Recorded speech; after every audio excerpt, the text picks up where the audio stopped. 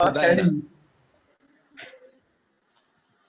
बऱ्याच वेळेला आपल्याला न पटणाऱ्या गोष्टी जेव्हा येतात ग्रुपवर आणि आपण त्याचा प्रतिवाद करतो ना, तेव्हा आता महापुरे सरांनी सांगितल्याप्रमाणे ते ऍडमिन आपल्याला ग्रुपवरून काढून टाकतात किंवा आपण ऍडमिन असताना काढून टाकतो. आता हे जे आहे हे याच्यामध्ये आपल्याला एक गोष्ट लक्षात घ्यायला पाहिजे की आपण जे काही काम करतो म्हणजे आपल्याला लोकांना विचार करायला प्रवृत्त करायचं आहे, तर ते ज्यांना विचार करता येतो त्यांना नाही करायचं, तर ज्यांना करता येत नाही त्यांना प्रवृत्त करायचं. ते म्हणजे जे स्वामी समर्थाचे भक्त आहेत, जे मोदीचे भक्त आहेत त्यांना जागा करायचे. मग त्यांना जागा करायचं असेल तर आपण त्यांच्यातून बाहेर पडून करता नाही येणार. तर मी बाहेर नाही पडत, मी बऱ्यापैकी नीट करते त्यांना. नाही आता मनस्ताप होतो. त्याला मॅडम हा मुद्दा जो आहे ना, हा कसा आहे की जर समजा वादविवाद केला त्यांच्याशी, मी समजा तुमच्याशी वादविवाद केला, मी एक भक्त आहे समजा, कल्पना करा, आणि तुम्ही स्वतंत्रपणे विचार करणारे आहात, तर वादविवादामुळे काय होतं, तुम्ही मला गप्प बसवू शकता. हॅलो, हा बोला बोला सर, ऐकायला तुम्ही मला गप्प बसवू शकता कारण तुम्ही बिनतोड वादविवाद करून पटवून देऊ शकता की हे तुमचं चुकीचं आहे. त्याच्यामुळे माझं मत बदलेलंच असं नाही. मी भक्त आहे तो भक्तच राहतो. म्हणून हे जे आहे हा मुद्दा थोडासा भावनिक असतो. म्हणजे लोकांच्या भावना ज्या असतात त्या त्याच्याशी निगडीत असतात आणि त्यामुळे त्या भावनाला हात घालून आपल्याला कसं बदलता येईल त्यांना, याच्यावर विचार करणं आवश्यक असतं. म्हणजे याच्यावर मोठं मानसशास्त्रीय संशोधन झालेलं आहे आणि दुसऱ्याला आपल्या मताप्रमाणे कसं विचार करायला लावायचं याच्यासाठी हे अशा स्ट्रॅटेजी सुचवलेल्या आहेत. म्हणजे समोरच्या माणसाबरोबर वादविवाद केलात तुम्ही तर तुम्ही त्यांना तुमच्या मताप्रमाणे वागायला लावू शकणार नाही. म्हणजे एखादा खूप धार्मिक माणूस आहे, एखादा खूप देवभोळा माणूस आहे आणि त्याच्याशी तुम्ही वादविवाद केला तर त्याला तुम्ही देवभोळेपणातून बाहेर काढू शकणार नाही. फक्त काय होईल, तुमच्यामध्ये आणि त्याच्यामध्ये दुरावा निर्माण होईल, दरी निर्माण होईल. म्हणजे तुमचा तो जवळचा मित्र असेल तो शत्रू सुद्धा होईल. मग याच्यावर इलाज काय आहे, तर जर तुम्हाला तुमच्या बरोबरचा माणूस जो आहे तो बदलायचा असेल, बदलायचं इन द सेन्स त्याला विचार करायला लावायचं असेल, तर तुम्ही पहिली गोष्ट म्हणजे त्याला माणूस म्हणून स्वीकारलं पाहिजे की तो कोणतंही मत असो, त्याचं वाईट असो, चांगलं असो, देवभोळा असो, अंधश्रद्धा असो, परंतु तो माणूस आहे. म्हणजे माणूस म्हणून त्याची जवळचा रिलेटिव्ह आहे तो, म्हणजे तो आपला भाऊ आहे म्हणून आपला तो भाऊ आहे हे मान्य करून आपण काय त्याच्या दृष्टिकोनातून जगाकडे पाहायचा प्रयत्न केला पाहिजे.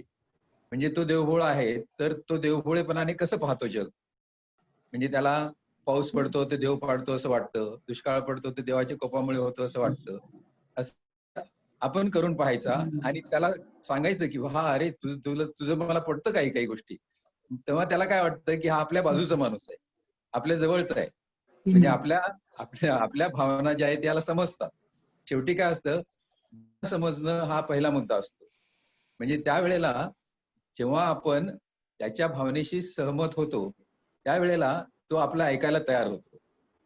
आता ही जी स्ट्रॅटेजी आहे ही वापरून आपण त्याच्या जवळ जातो, म्हणजे त्याच्या काळजाला हात घालण्याची क्षमता आपल्याकडे येते आणि त्यानंतर मग आपण फक्त प्रश्न उपस्थित करत राहायचं की अरे बाबा पाऊस पडतो देवाच्या कृपेने, मग दुष्काळ पण देवाच्या कृपेने पडतो किंवा कोपाने पडतो, मग असं का होतं, देव एवढा वाईट आहे का? म्हणजे त्यालाच विचार करायला लावायचं की देव असं कसं वागतो रे बाबा, आपला देव जो आहे एवढा चांगला जर आहे तर आता परवाच्या दिवशी पाऊस पडत होता आणि आज असं का, तर एखादा वीज पडून माणूस मरतो, मग असं का करतो देव? मग त्याचं तो काहीतरी उत्तर प्रयत्न करतो. परंतु आपल्याकडे त्याच्यापेक्षा जास्त विचार करण्याची क्षमता असल्यामुळे आपण त्या त्याला दुसऱ्या पातळीवर हळूहळू न्यायचा प्रयत्न करतो की नाही बाबा तू सांगतो हे खरं ना, पण हे असं का होतं आणि हे असं का होतं हा प्रश्न जो आहे ना, हा एकदा त्याच्या मनात यायला लागला की मग तो माणूस त्याच्यातून हळूहळू मुक्त व्हायला लागतो. म्हणजे तो आपल्या बरोबर येण्याची शक्यता वाढते. तर त्यामुळे ही स्ट्रॅटेजी आपण वापरावी. असं सरळ आर्ग्युमेंट करत बसण्यापेक्षा चर्चेत चर्चेतून त्याला बदलण्याचा प्रयत्न करण्यापेक्षा अगदी त्याच्या बाजूने भूमिका घ्यायची. माझा एक मित्र आहे, तो प्रोफेसर आहे आणि तो मोदीचा भक्त आहे आणि तो सतत मला अशा मोदी भक्तीच्या हे पाठवतो पोस्ट. मग त्याला मी काही विरोध करत नाही. तर माझ्याकडे असलेल्या मोदी भक्तीचे पोस्ट त्याला मी पाठवतो आणि तो एकदम खुश होतो. आणि त्या खुश झाल्यानंतर मग कधी कधी मी त्याला असे पण प्रश्न विचारतो की कोणीतरी अशी पोस्ट टाकली ना की आपल्या शिवाजी महाराजांचं जे स्मारक करायला लावलंय तिथे सोलर एनर्जीचे हे बसवले आहेत आणि त्याच्या सहाय्याने सोलर एनर्जी निर्माण होणार आणि मग तिथे सगळ्या रोषणाईची वगैरे व्यवस्था होणार. मग मी त्याला प्रश्न विचारतो, तो सायन्सचा प्रोफेसर आहे ना, तर म्हटलं हे खरं आहे का रे? म्हणजे असं असेल का? तर नाही म्हणे, असं कुठे होतं का? नंतर मग त्या नोटामध्ये चिप्स बसवले आहेत आणि ते नोटबंदीच्या काळात होत होतं बघा, पोस्ट यायच्या की त्या चिप्स मधून कळणार आहे कोणाकडे काळा पैसा आहे काय आहे ते. मग त्याच्यावर मी प्रश्न विचारतो की म्हटलं असं असं शक्य आहे का? तर नाही रे, असं कुठे शक्य आहे का? म्हणजे ह्या त्रुटी दाखवून दिल्या की हळूहळू त्यांना जाणीव होते की आपला जो देव आहे त्याच्यामध्ये कुठे गडबड आहे ते. हॅलो. अर्थ एकंदरीत हा जो मुद्दा आहे की वादविवाद कसा करावा किंवा आर्ग्युमेंट असतील, डिबेटिंग असेल, थोडक्यात कॉन्फ्लिक्ट हा जो विषय आहे यामध्ये म्हणजे अशी पुस्तकं आहेत सेपरेटली या विषयावरती की कॉन्फ्लिक्ट मॅनेजमेंट. बऱ्याचदा असं होतं की आपल्या आयुष्यामध्ये की आपल्याला असे प्रसंग बऱ्याचदा येतात. मग ते नळावरचं भांडण असेल किंवा एखाद्या वैचारिक विषयावरती चर्चा, इथपर्यंत या भांडणाचं स्वरूप असतं. मग या ज्या काही थिअरीज आहेत किंवा फिलॉसॉफी आहेत, यांचं म्हणणं असं आहे की छोट्या मोठ्या ज्या गोष्टी आहेत, कुरबुरी आहेत की नळावरचं भांडण नसेल, अवॉइड फेस केलंच पाहिजे किंवा त्यामध्ये पडलंच पाहिजे अशी गरज नाही.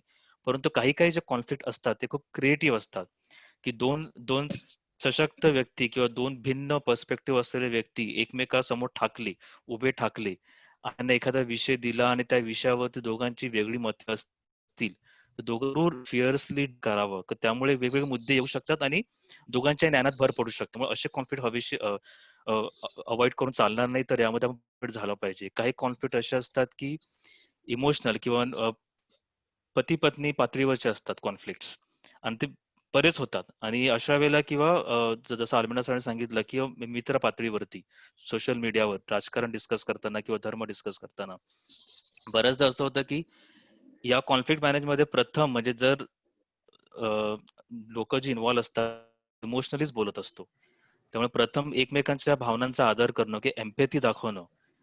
आणि त्यामुळे काय होतं की इमोशन्स नलिफाय होतात आणि एकदा इमोशन नलिफाय झाल्या, एकदा भावना निघून गेल्या की मग दोघही दोन ज्या पार्टीज आहेत त्या ऍक्च्युअल त्या विषयावरती येऊन चर्चा करू शकतात.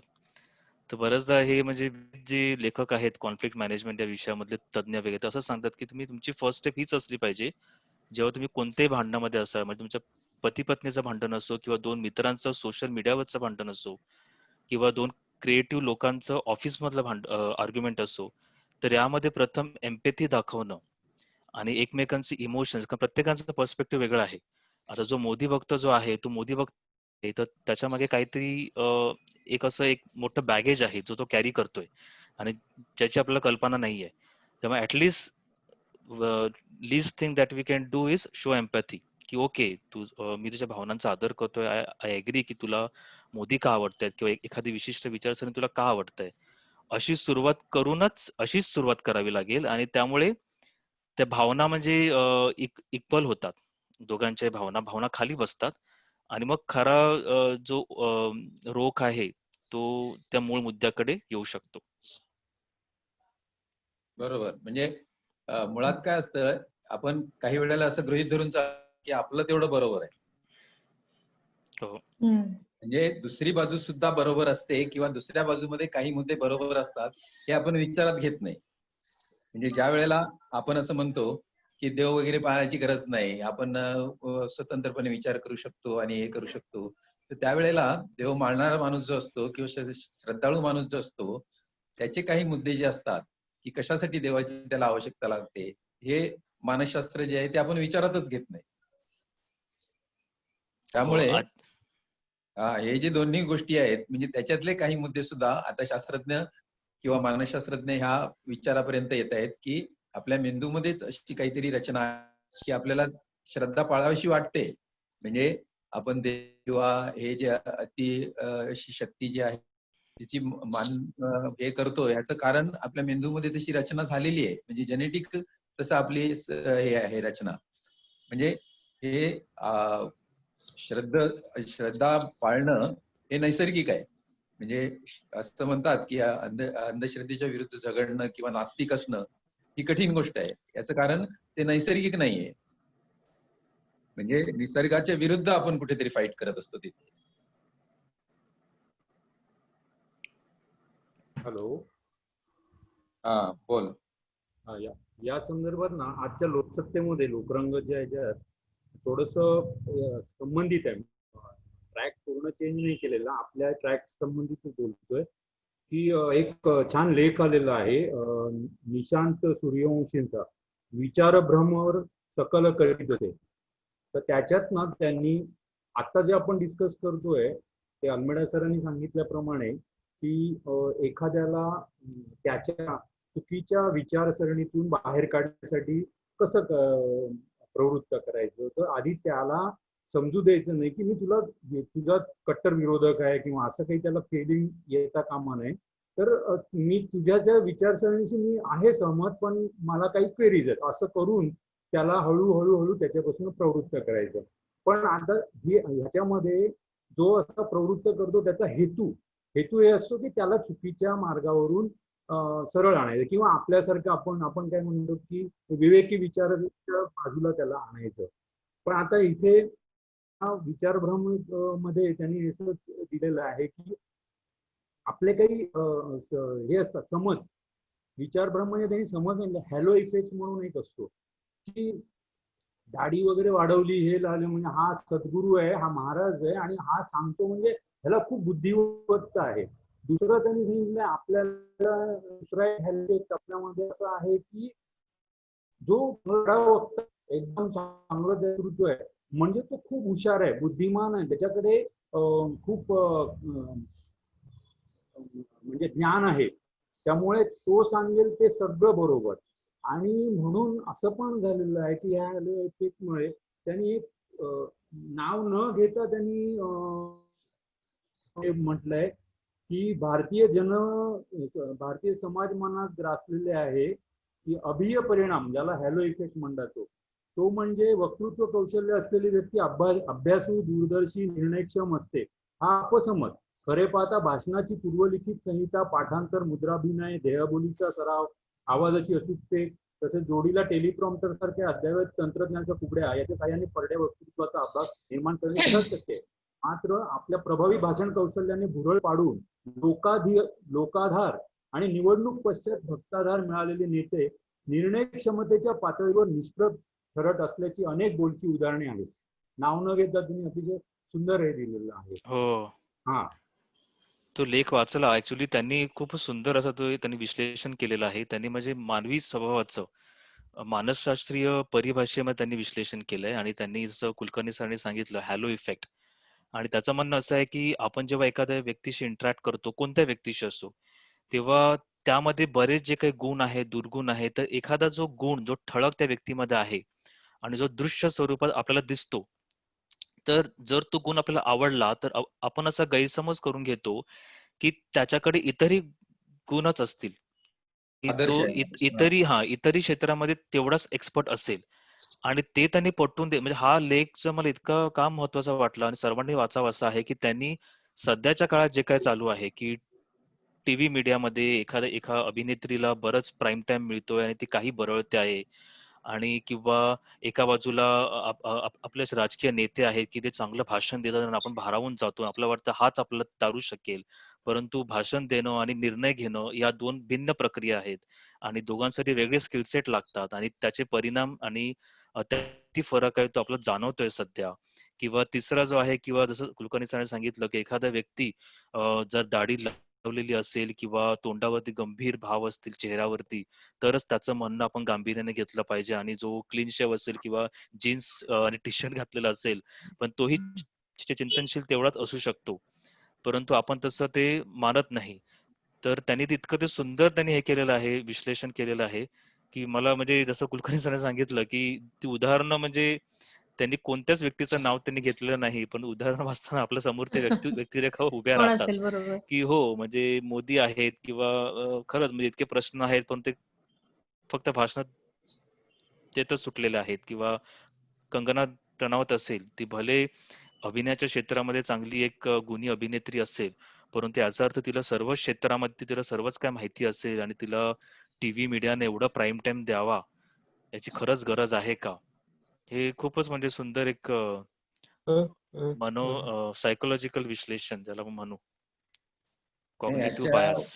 याच्या संबंधी असं एक संशोधन आहे की आपण जी लोकशाही सध्या वापरात आहोत त्याच्यामध्ये या लेखामध्ये म्हटल्याप्रमाणे एखादा चांगला वक्ता असेल तर तो पटवून देतो आपल्याला. म्हणजे मोदीचंच उदाहरण द्यायचं झालं तर मोदीची सगळी भाषणं सगळ्यांना आवडतात आणि मोदींच्या भाषणाचा प्रभाव त्या भाषणामध्ये किती सत्य आहे किती असत्य आहे याची पडताळणी न करता बरेच लोक, सर्वसामान्य लोकांमध्ये चिकित्सकपणे विचार करणारे आणि त्यामध्ये किती खऱ्या गोष्टी आहेत खोट्या गोष्टी आहेत ते शोधून काढणारे फार थोडे लोक असतात.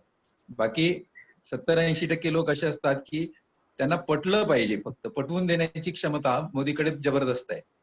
आणि त्या बाबतीत आचार्य रजनीश सांगायचे की मी दोन्ही गोष्टी पटवून देऊ शकतो. देव आहे हे पण पटवून देऊ शकतो, देव नाही हे पण पटवून देऊ शकतो. म्हणजे तुमच्याकडे पुरेशी बुद्धिमत्ता असेल आणि पटवून देण्याची क्षमता असेल तर तुम्ही परस्पर विरोधी गोष्टी सुद्धा पटवून देऊ शकता. म्हणजे त्यांनी एक अशी कथा सांगितली की म्हणे एका गावामध्ये एक नास्तिक गुरु होता आणि एक आस्तिक गुरु होता. आणि तिथे म्हणे नास्तिक गुरुचं जेव्हा कीर्तन व्हायचं तेव्हा सगळे लोक एकत्र जमायचे आणि त्यांना तो पटवून द्यायचं की देव धर्म सगळं की भजन कीर्तन सगळं झूट आहे, त्याला काही अर्थ नाही. आणि लोक दुसऱ्या दिवसापासून सगळं पूजा अर्चा करायचे बंद करायचे. मग 8 दिवसाने आस्तिक गुरु होता त्याचं भाषण व्हायचं आणि तो सांगायचं कसं सगळं श्रेष्ठ आहे, देवाने कशी सृष्टी निर्माण केली आहे, सगळ्या बारीक सारीक गोष्टी सांगितल्यानंतर 8 दिवसांनी सगळे लोक पुन्हा पूजा अर्चा करायला लागायचे. तर मग हे सतत चालू राहायचं. त्यामुळे मग लोकांनी काय सांगितलं की तुम्ही दोघे गुरु एकत्र बसा आणि काय तो एकत्र निर्णय घ्या आणि मग आम्हाला सांगा. मग त्यांनी काय केलं, त्या दोन्ही गुरूंना एका मंडपामध्ये बसवलं आणि सांगितलं तुम्ही रात्रभर चर्चा करा, परंतु एकदाच काहीतरी निर्णय घ्या आणि मग आम्हाला सांगा की धर्म पाळायचा की नाही पाळायचा, आस्तिक राहायचं की नास्तिक राहायचं. तर मग त्या दोन्ही गुरूंना बसवलं आणि आजूबाजूला सगळे गावकरी बसले आणि सकाळी जेव्हा सगळी चर्चा संपली तेव्हा असं झालं की जो नास्तिक होता तो गुरु आस्तिक झाला आणि आस्तिक होता तो नास्तिक झाला. म्हणजे तात्पर्य काय की शेवटी आहे तशीच परिस्थिती राहिली. म्हणजे हे जे पटवून देण्याचं कौशल्य आहे हे कौशल्य एका बाजूला म्हणजे मनमोहन सिंगाकडे ते कौशल्य नव्हतं, परंतु त्याच्याकडे ऍडमिनिस्ट्रेटिव्ह कौशल्य होतं. म्हणजे सरकार कसं चालवायचं हे कौशल्य त्यांच्याकडे होतं आणि मोदीकडे पटवून कसं द्यायचं हे कौशल्य आहे. आता ते कौशल्य दोन्ही एकत्र जर आलं असतं तर इलेक्शन जिंकता आलं असतं आणि सरकारही चालवता आलं असतं. आता झालंय काय, ज्यांच्याकडे हे कौशल्य आहे सरकार चालवायचं ते सरकारमध्ये नाहीयेत आणि ज्यांच्याकडे बोलण्याचं कौशल्य आहे ते सरकार चालवत आहेत. म्हणजे ज्यांच्याकडे कौशल्य नाही त्यांच्याकडे सरकार चालवायची जबाबदारी आली आहे. म्हणजे आता ह्याच्यावर पर्याय काय, तर असं एका विचारवंताने असं मांडलं की म्हणे पुढे लोकशाही अशा प्रकारची करावी लागेल आपल्याला की निवडून येण्यासाठी काही लोकांना उपयोगात आणायचं. म्हणजे नटनट्या, चांगले बोलणारे वक्ते यांचा उपयोग निवडून येण्यासाठी करायचा. एकाच पक्षामध्ये हे लोक असतील परंतु त्यांना मंत्री वगैरे करायचं नाही किंवा त्यांना अधिकाराची पदं द्यायची नाही. त्यांनी फक्त निवडून येण्याची प्रचार यंत्रणा वापरायची आणि जे निवडून येतील त्यांना निवडून आणण्यासाठी यांनी वापर करायचा आणि निवडून आलेले लोक मात्र त्या त्या क्षेत्रातले तज्ज्ञ असतील किंवा चांगले ऍडमिनिस्ट्रेटर असतील त्यांना ऍडमिनिस्ट्रेशन करायला लावायचं.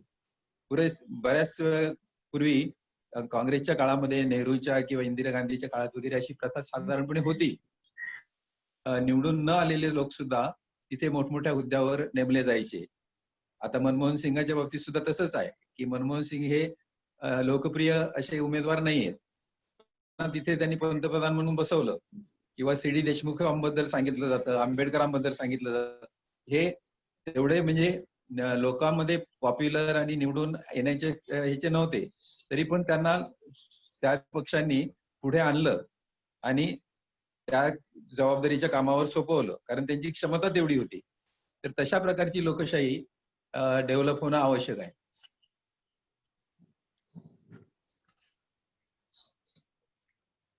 आणि त्या लेखामध्ये त्यांनी आणखीन एक सूचक असं उल्लेख केलेलं की जे ज्यांचं चांगलं फरडं वक्तृत्व असतं त्यांना आपण लोक निवडून देतो खरो, पण अशी लोक जे असतात ती जेव्हा आपण त्यांना आवाहन करतो किंवा तुम्ही खुल्या चर्चेमध्ये सहभागी व्हा आणि तुम्ही जे काही कार्य केलेलं आहे आणि त्याविषयी पत्रकारांना जे काही प्रश्न विचारायचे असतील तर तुम्ही त्या प्रश्नाला सामोरे जा, तेव्हा असे नेते आपलं पोकळ उघड पडेल म्हणून ते आपलं पितळ उघडं पडेल म्हणून ते अशा चर्चेला सामोरे जात नाहीत. तर हे बरोबर. खूपच सूचक विधान आहे आणि म्हणजे त्यांनी नाव न घेता त्यांनी लिहिलेलं आहे. पण हा. इतकं चपखल बसलेलं आहे ते, म्हणजे लेख खरोखर सुंदर झालाय लेख तो. ती वस्तुस्थिती आहे की बऱ्याच वेळेला असे पॉप्युलर जे वक्ते असतात ना, ते जी विधानं करतात ती बरीचशी काही चुकीच्या किंवा सिद्ध न झालेल्या गृहीतकावर आधारलेली असतात. आणि ती गृहीतकं काही त्या क्षेत्रातले लोक असतात त्यांनाच माहिती असतात. आणि त्यामुळे अशा पत्रकारांना वगैरे तोंड देणं त्यांना शक्य होत नाही. त्यांनी नेमका जो प्रश्न विचारला की मग त्यांचं तोंड बंद होतं किंवा त्यांना उत्तर देता येत नाही. म्हणून ते मोदी सारखं सरळ टाळून काय बोलायचंच नाही मला याच्यावर, असं म्हणजे लोकांच्या समोरच येणार नाही.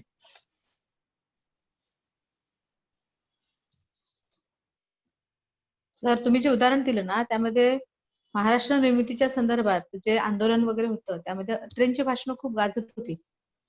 पण ह्याचा अर्थ अत्रेंना त्यावेळेला मुख्यमंत्री नाही केलं, यशवंतराव चव्हाण झाले. म्हणजे बरोबर. लोक ऐकतात, टाळ्या वाजवतात, मत कोणाला नक्की देतील ना ते आपण काही सांगू शकत नाही. मग ते हेच आहे नक्की, ते लोक न ओळखतात. तेच दुःख आहे. नाही, आता डॅनियलने मागे म्हटलं ना तसं लोक काय करतात, एखाद्या गोष्टीचं सार्वत्रिकरण करतात. म्हणजे एखादा चांगला वक्ता म्हणजे तो चांगला ऍडमिनिस्ट्रेटर असं गृहीत करतात, किंवा एखादा आपला लीडर किंवा मोठा माणूस असेल तर तो सर्वांगाने श्रेष्ठ असला पाहिजे अशी अपेक्षा असते आपली, की बाबा तो ब्रह्मचारी किंवा तो त्यागी किंवा सगळ्या लोकांमध्ये निरपेक्षपणे वागणारा वगैरे या सगळ्या गोष्टीची अपेक्षा करतो आपण. तर तसं अपेक्षा करण्याला काही अर्थ नसतो. आता अमेरिकेमध्ये आपण पाहतो बिल क्लिंटन 2 वेळा निवडून आले, परंतु त्यांच्यावर असे लैंगिक ह्याचे वगैरे बरेचसे आरोप केले गेले, परंतु तिकडच्या लोकांनी त्याच्याकडे लक्ष नाही दिलं. किंवा असं सांगतात की नेपोलियनला युद्धामध्ये जिंकणारा नेल्सन म्हणून जो होता तो एक योद्धा म्हणून त्याला लोकांनी डोक्यावर घेतलं, परंतु तो स्वतः त्याचं लैंगिक जीवन आणि म्हणजे सांसारिक जीवन जे होतं ते खूप असं खालच्या पातळीवरच होतं, परंतु लोकांनी त्याच्याकडे लक्ष दिलं नाही. याचा अर्थ काय की आपल्याकडे गांधीजींनी कोणत्या तरी स्त्रीच्या खांद्यावर हात टाकला म्हणून त्यांनी काय असं वागायला नको होतं आणि ते भ्रष्ट झाले वगैरे अशा प्रकारचं लगेच चर्चा. म्हणजे गांधीजी सगळ्या परिपूर्ण अशी आपण अपेक्षा करतो, किंवा नेहरूंनी लेडी माउंटबॅटन बरोबर काहीतरी लफडं केलं अशा प्रकारची चर्चा जाते. जे कर्तृत्व दुसऱ्या बाजूचं आहे ते आपण विचारात घेत नाही. एखादा माणूस दृष्टी परिपूर्ण, थोडक्यात काय आपण तसंच आहे सर. मग तो देव बनवणं म्हणजे एखाद्या गोष्टी आपण काय करतो ते महत्वाचं नाही, आपण समोरच्या व्यक्तीकडून अपेक्षा करत राहायचं आणि ती तशी असली पाहिजे. हा जो देव बनवण्याचा प्रकार आहे त्याच्यातूनच देवभोळा निर्माण होतो. ते पण आलंच, बरोबर. म्हणजे आता मोदी विषयी कोणी काही बोललं तर राग का येतो या लोकांना, तर मोदी म्हणजे सर्वार्थाने परिपूर्ण अशी एक कल्पना त्यांनी करून घेतलेली आहे. म्हणजे मोदीमध्ये चांगल्या गोष्टी आहेत, त्यांचं वक्तृत्व चांगलं आहे, निर्णय घेण्याची क्षमता चांगली आहे, परंतु त्याच्यामध्ये वाईट गोष्टी ज्या आहेत त्या पण मान्य करायला पाहिजे, तर त्या नाहीतच असं गृहीत धरलं जातं. एका वक्तृत्वाने सगळ्या गोष्टी झाकळून टाकल्या. हो, नाही ते म्हणजे विचार करणाऱ्या माणसाला या दोन्ही गोष्टी दिसतात बरोबर, आणि जो भक्ती करतो त्याला ते दिसत नाही, त्याला वाटतं की तो देवच आहे, म्हणजे त्याला तो चुकूच शकत नाही.